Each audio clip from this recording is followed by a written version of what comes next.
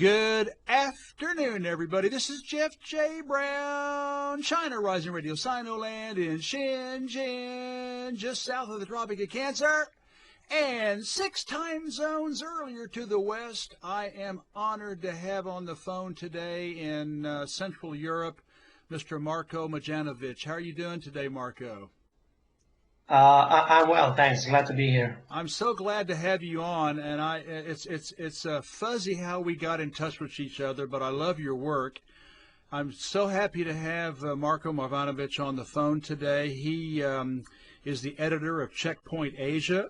We got together today to talk specifically about the war crimes of NATO bombing Serbia for almost 3 months in 1999, and more generally the post-war Balkans. Marko has had quite a career from 2009 to 2014, and I love this name. He ran the Crappy Town blog centering on the Balkans, Eastern Europe, Western interventionism and history. Boy, that'll keep you busy in that part of the world. And then 2014 to 19, he was editor for Russia Insider, which many of us have heard about. And then just starting this year, he gained an interest in Asia and started a brand new website called Checkpoint Asia. I will include in the article on China Rising his email and the link to his website. It's really excellent, and it's humorous, and it's got some funny kind of tongue-in-cheek stuff, which I think everybody will really enjoy. He has articles published by Anti-War, the Mises Institute, and the Libertarian Institute. He's guest blogged at the Kremlin Stooge, Vineyard of the Saker. He's had articles published by the New Cold War, Off Guardian, Sign of the Times, Lou Rockwell, Global Research, and others. So he's had quite an illustrious anti-imperial career. So thank you so much for coming on today, Marko. Thank you for that, Jeff. Hey, listen, I always ask this question to everybody I have on because I think it really gives people, a lot of people out there, a lot of fans out there, are wondering, Jeff or Marko, how did you take the plunge and learn to stand up to empire? And so please tell us about your arc of awareness, concerning Western empire and its racism, capitalism, and war. Was it a slow-burning fuse, or did you have a sudden epiphany? I mean, I know you are from Slovenia, so you may have lived it firsthand. But please tell us what how you came to understand how the world really works.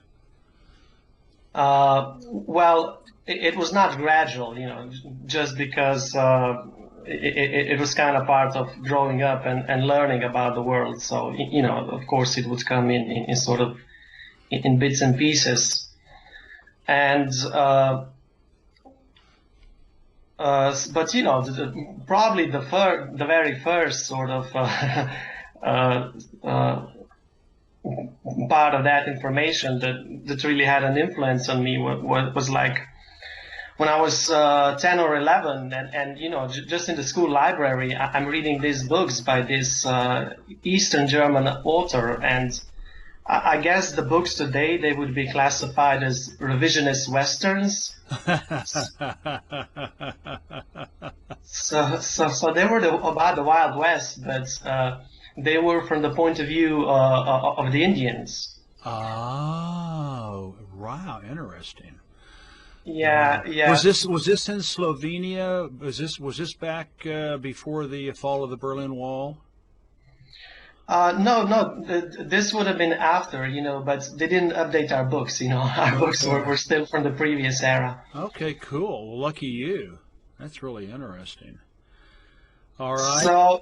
So I mean, right away, I learned that but you switch on the television, and all the cowboy movies, the cowboys were the good guys and the Indians were the bad ones. So right away, you have this knowledge that a lot of what you see on television might not be exactly true.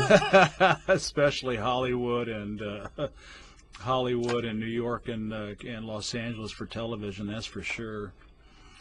So, well, listen, we agreed to talk about an anniversary and infamy, and something that is very close to your home country of Slovenia, and that was NATO's destruction of a European country, Serbia, which was bombed from March 24th to June 10th, 1999, and more specifically, the intentional bombing of the Chinese embassy on May 7th of that year. In fact, I think you were the one that I can't remember, but somehow we contacted each other about, oh yeah, the anniversary is coming up, and I will include the articles you wrote 5 years ago, an article on Russian Insider about the killing of I think 20-something Serbian journalists when they bombed the television station. I think a couple of weeks before the Chinese embassy. And you are from Slovenia, which borders Croatia to the south. So you've really seen it up close and personal.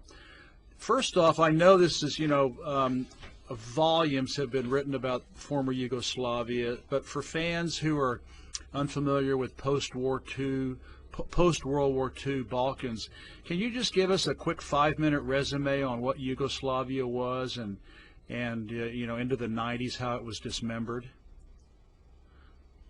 Yeah, well, Yugoslavia was just a country, and it was pretty good at basketball, and eventually it fell apart. Just like today, Spain is in danger of falling apart. Britain, Belgium, even Italy, the North might go its own way. So, I mean, that's not necessarily, that unusual. The difference in the Yugoslav case was that the center didn't really object to that. If people wanted to go their own separate ways, the Belgrade was really fine with that. But there was the issue of where the new borders are going to be drawn. So, and the problem with that was that a big problem with that was that the West had an opinion of its own, on where the borders should be drawn. And, their opinion just didn't make any sense. I mean, if you're breaking away, right, you're doing so in the name of self-determination. But then that same self-determination was denied to people who didn't want to break away, who wanted to remain with Yugoslavia, ideally. Okay. Well, that brings up a good question. When the Berlin Wall came down and, Boris Yeltsin and company let Western capitalists move in to rape and plunder, I mean, literally rape and plunder the Russian people back to medieval socioeconomic levels, was the same, subterfuge and destruction being foisted on former Yugoslavia from these same evil Western evildoers? Yeah, definitely. I mean, I don't know how much Western capitalists had to do with it, but, if we're just talking about, this sort of economic collapse of the 1990s, yeah, it absolutely took place. And I don't know, a part of that was probably always going to happen, when you're changing systems, but it was really more than that. It was the case there was economic looting and destruction just because a lot of people, were, the influential people, the important people, they were not thinking about, how to best manage the factories, in the new conditions. Instead, their energies were taken up by thinking of how to take these factories and make them their own private property. Yeah. Because, I mean, they couldn't just say this all belongs now, to the factory managers, because in Yugoslavia, it was considered not even that the factories are state-owned, but that they are owned by the society. Mm-hmm. We had, at least in theory, we had actually gone even a little bit further than the Soviet Union in that respect. So for a long time, you have these factory managers basically running the factories into the ground, so that they can more easily take them over. And and yeah, basically everybody lost their job, like in the early 90s, like everybody, yeah, like everybody, I mean, maybe not if you were like a teacher, you had some kind of a, I mean, everybody kind of had a government job, but if everybody was in manufacturing, and that was the majority of people's, and we had like just in my small town, we used to have a number of these factories. We don't have any of that anymore. It's just supermarkets. That's kind of sad. It's really. So did Yugoslavia? I mean, did they have like the robber barons? What do they call those? Like the oligarchs in Russia. Yeah. Did you all have the oligarchs? The oligarchs like Russia had, where the rich and the powerful just kind of took over and plundered public property. Yeah, absolutely. Only they're called tycoons here, but and not only did they plunder that for themselves, where it would have been, I mean, you could have had capitalism and free market, without that becoming their property. It could have just, like if you have a factory and there's 5,000 workers, right? You can just print them 5,000 shares and distribute it among the workers. And, everybody gets one, and you can have capitalism that way. It doesn't have to be owned by a single person, right? It can be a corporation. And, not only did they take them, but in a lot of the cases, they managed to run them into the ground later. And then there was a bailout for them, so they stole things twice. Sounds like the West. Unbelievable. Well, let me ask you this, left to their own devices, I mean, do you think the peoples of former Yugoslavia would have been, able to coexist peacefully, or have there been too many centuries of ethnic and religious bad blood? And then again, is it a case where the Balkans have always been manipulated from the outside? I mean, have they ever been able to determine their own future, or has there always been, meddling from Western Europe? Yeah. There's quite a few questions here. So, I mean, manipulation from the outside. There wasn't so much manipulation as outright conquest. So the Balkans are fairly unique, in Europe, in that they were actually colonized, for many centuries. Only in their case, they were colonized from the east by the Turks, by the Ottomans, yeah. So it wasn't so much this sort of subtle manipulation as outright conquest. But yeah, they did eventually achieve liberation, some on their own, but also with a little help from the outside. And I mean, many centuries of ethnic hatred and stuff like that. No, absolutely. I mean, no, because like in the Balkans, what it always mattered, for 500 years was just this, huge civilizational war between Christianity and Islam. But so quite on the contrary, the Balkans people, have many centuries of shared history in this sort of. In being conquered by the same empire and offering resistance to it, and eventually freeing themselves from it. I mean, everybody's greatest national hero in the Balkans is some guy who fought the Turks. Mm-hmm. Okay. And specifically about former Yugoslavia, would have been left to their own devices, would they be able to coexist peacefully? Well, I mean, for sure, I mean, however we answer that question, one thing is clear, even if they had, I mean, I don't think you have to blame the West for Yugoslavia falling apart. I mean, the Yugoslavs were quite capable of breaking apart that country on their own. But did the breakup have to be that violent? No, absolutely not. I mean, it could have been by an order of magnitude less so. So I think this is where the Western sort of interference came in, because for the majority of the 20th century, Yugoslavs were quite independent. But that changed in sort of 1990. Yeah.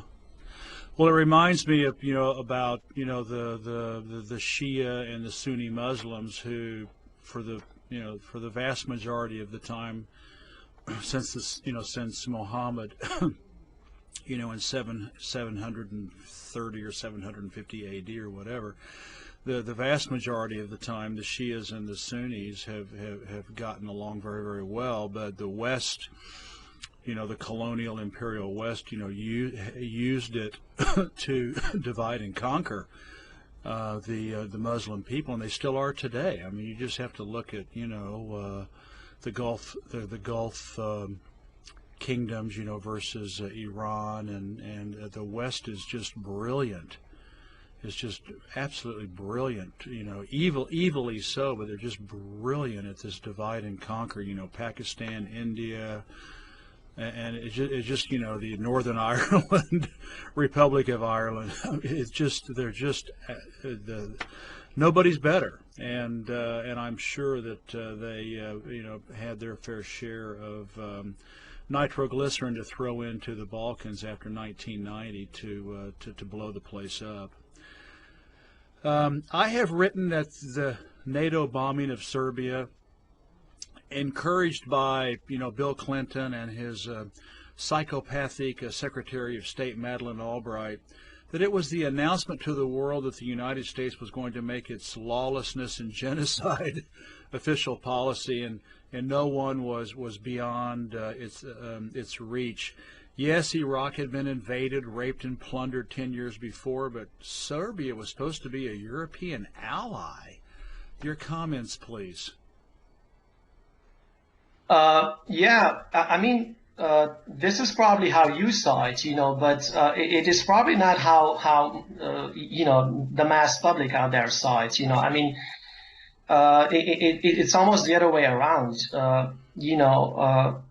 It's not so much that they were declaring, their sort of utter disregard, for legality, for example, as that they were casting themselves as these saviors, of like, in this sort of sense, before, we wage wars for like these selfish national interest reasons, but, that's all a thing of the past, now we're actually going to just wage wars, to save various people around the world, who are being, terribly oppressed. And it actually worked. I mean, it worked in the sense that a huge number of people bought it, so much so that I think, that by interfering in the Balkans in the 1990s, they actually built this sort of political capital, for war, which then enabled them, to go into Iraq a few years later. Yeah, for the second time, yeah. Yeah, it's responsibility to protect, the R2P, humanitarian invasions and humanitarian occupations and humanitarian wars. It's just so Orwellian. It's just unbelievable. And one thing to remember is, that in the 1990s, it was this perfect sweet spot for the empire because you had the CNN, but you didn't yet have the internet. So So they could really run propaganda 24/7, but there was no there was just no alternative to that. Yeah. Well, now we've got Checkpoint Asia, so we're saved, Marko. We're saved.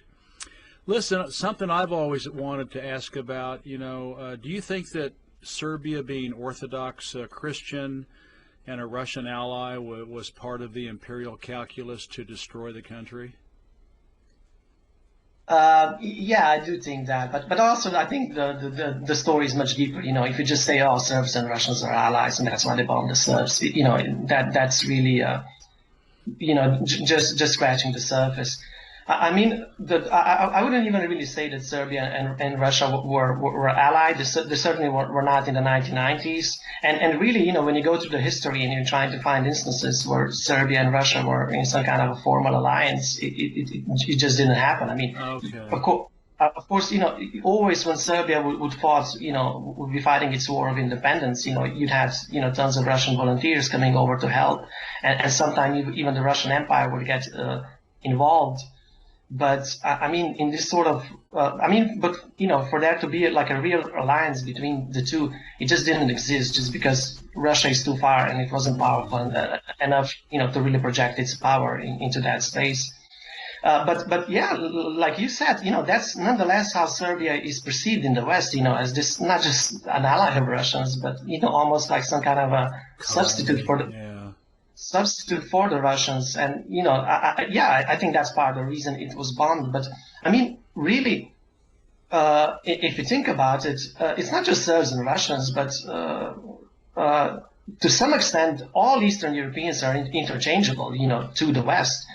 And West has a very, it's kind of fuzzy. The West has a kind of fuzzy idea of who is who in Eastern Europe, but it has a pretty clear picture of Eastern Europe, and it's this place, which is kind of, it is kind of like, this is how, like what we used to be, but we aren't anymore, so it's this retrograde place, that, and, that really gets, and that, that gets translated, into specifics, depending on the era, for example, in a certain era, Eastern Europe was thought to be, like racially inferior. But nowadays, Eastern Europe is instead a place, which is still racist, like we're all tolerant, but not Eastern Europe, they're racist and anti-gay and all that. So, what negativity specifically is projected onto Eastern Europe changes, but what remains a constant is that Eastern Europe is this kind of place where we look at, so that we can tap ourselves on the shoulder, that we are past that, we're better than that now.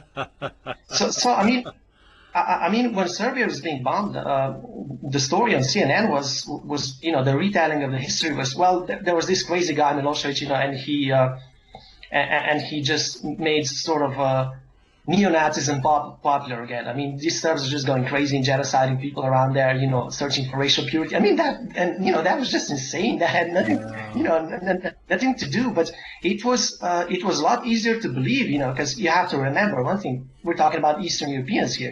We all kind of know, they're backward and crazy there, Yeah. Well, and then of course later, after Milosevic was taken to the what Africans and many other people are calling the International Caucasian Court, but he actually was the only white person ever convicted or tried at the International Criminal Court, but he was a socialist, so that's almost as bad.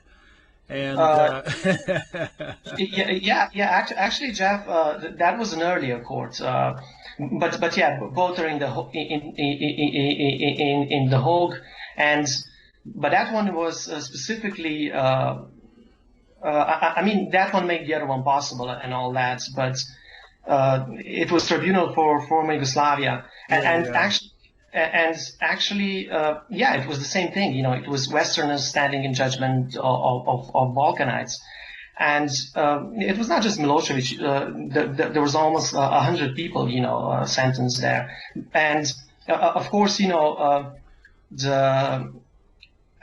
it was interesting, because if you were a Serb or a Bosnian Croat, they had many of their own sentence, where the factions that the West supported, had very few sentence. But more than that, look. Okay, it was the Yugoslav war, but the West also got involved militarily, right? It was one of the warring factions, and yet the tribunal actually judged that they didn't even have the authority to look into any possible Western wrongdoing. Absolutely. I mean. The empire at the time, this was also kind of part of the story. I mean, the empire was bombing Serbs to sort of show also that, hey, we don't just bomb Muslims and brown people all the time, Yeah, we bomb socialists. Well, besides the television station, which you wrote about 5 years ago for the 15th anniversary, the 20th anniversary of both of them. The bombing of the Chinese embassy was such an obvious, demonstration of intimidation, to humiliate this proud nation, and it outraged the people here. And acts like that are not forgotten in China, like the Western-imposed, century of humiliation. And I'm sure that Baba Beijing responded asymmetrically in one form or another. But your comments on the West's arrogance of empire to just be able to just bomb television stations and Chinese embassies with impunity, and then just lamely say it was an accident. Yeah, I don't know about that. I think it's probably something you could say more about. But to me, they bombed the Chinese embassy, but it was 1999. It's almost like they bombed a different China. I wonder, if they would do the same thing again. But they actually might. If there's something in Venezuela, I think they might actually do it again. But I mean, the China they would be bombing now would be a very different China. At the time, I think they almost thought, there are going to be no consequences.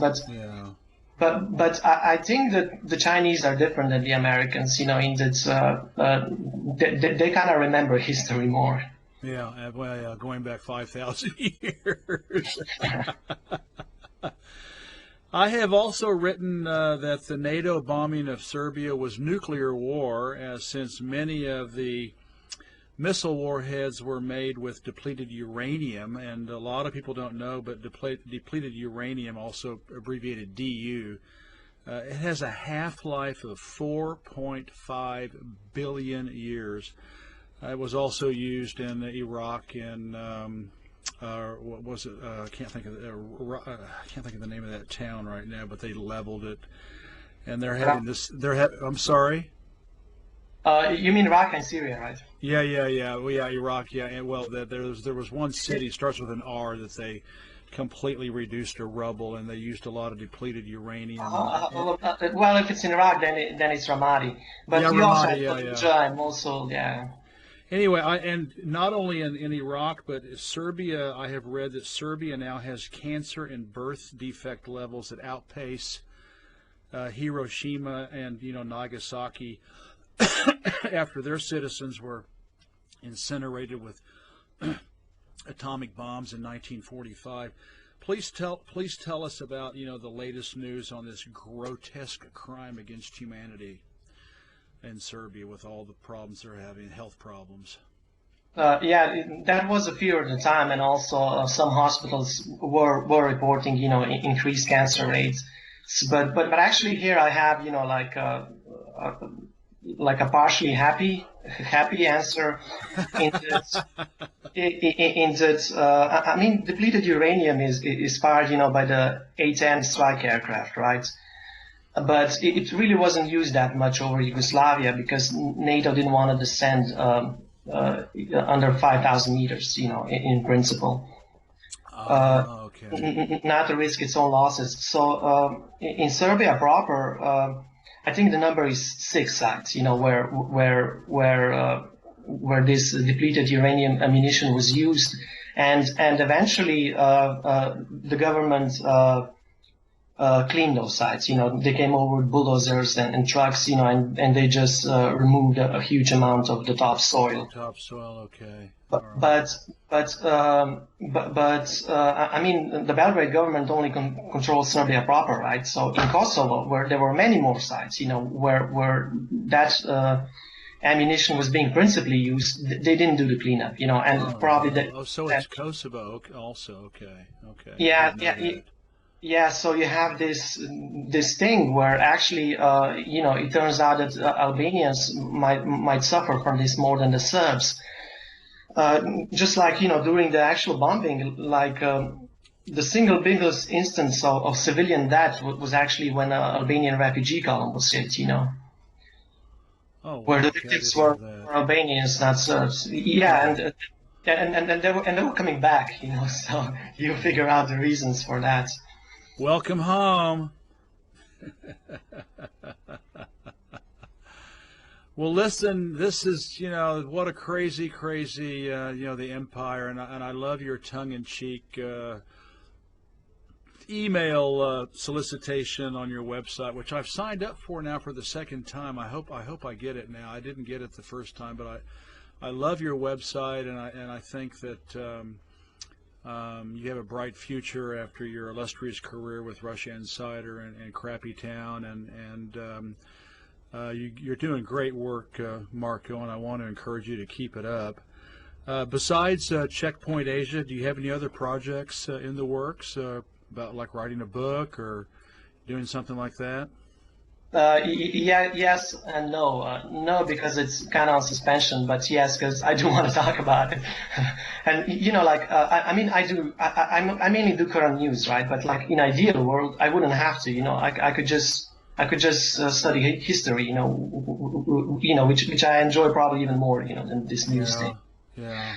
And one thing I've done so far is really looked into the losses of the Soviet Union in World War II. And if you ask me, I have the best breakdown, of what's the causes of the various causes of the 27 million deaths were.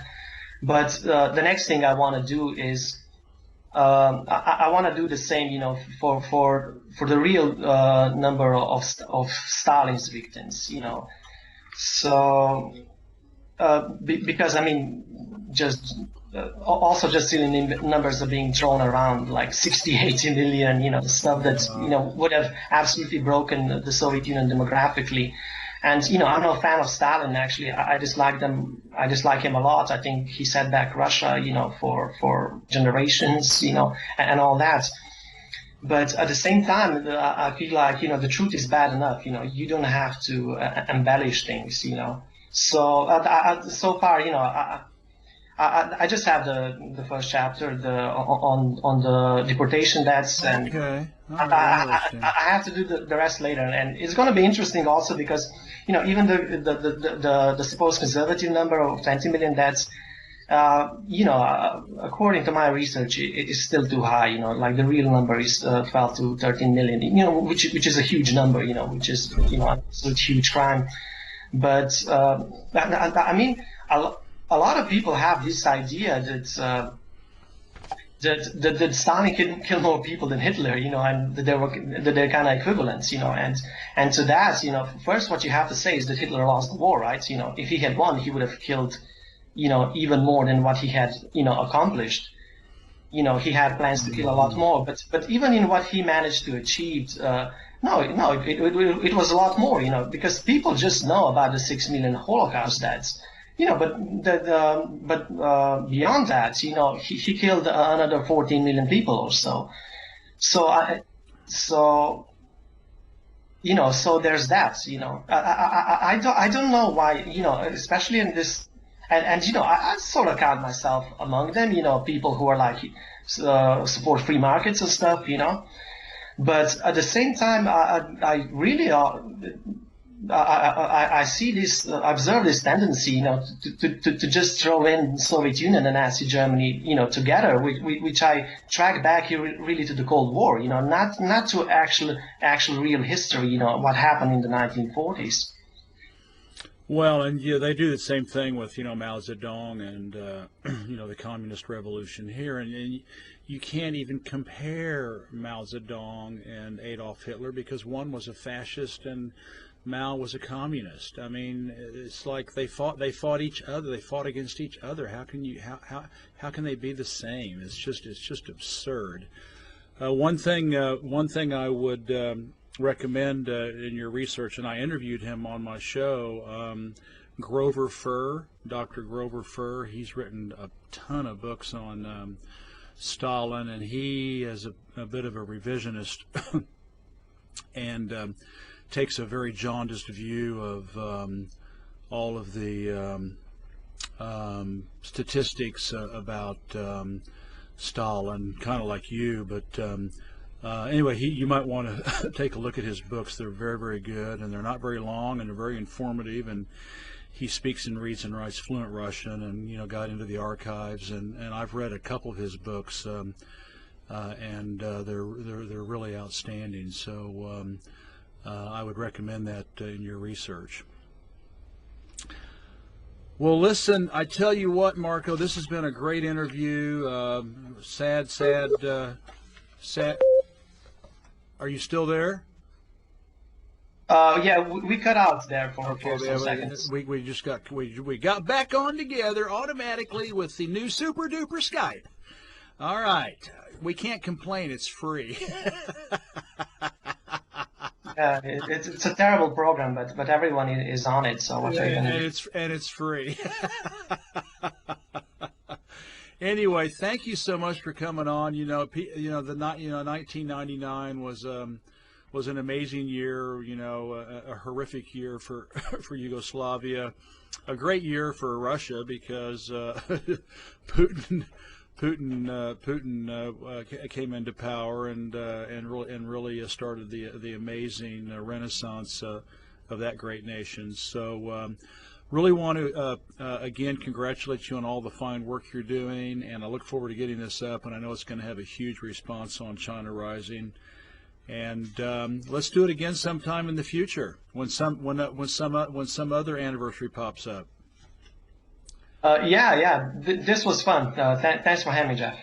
Hey, listen, Marko, I'll let you know as soon as it's up so you can promote it in your circles. Okay, awesome. Talk to you later. All right, bye. Thank you. Bye-bye.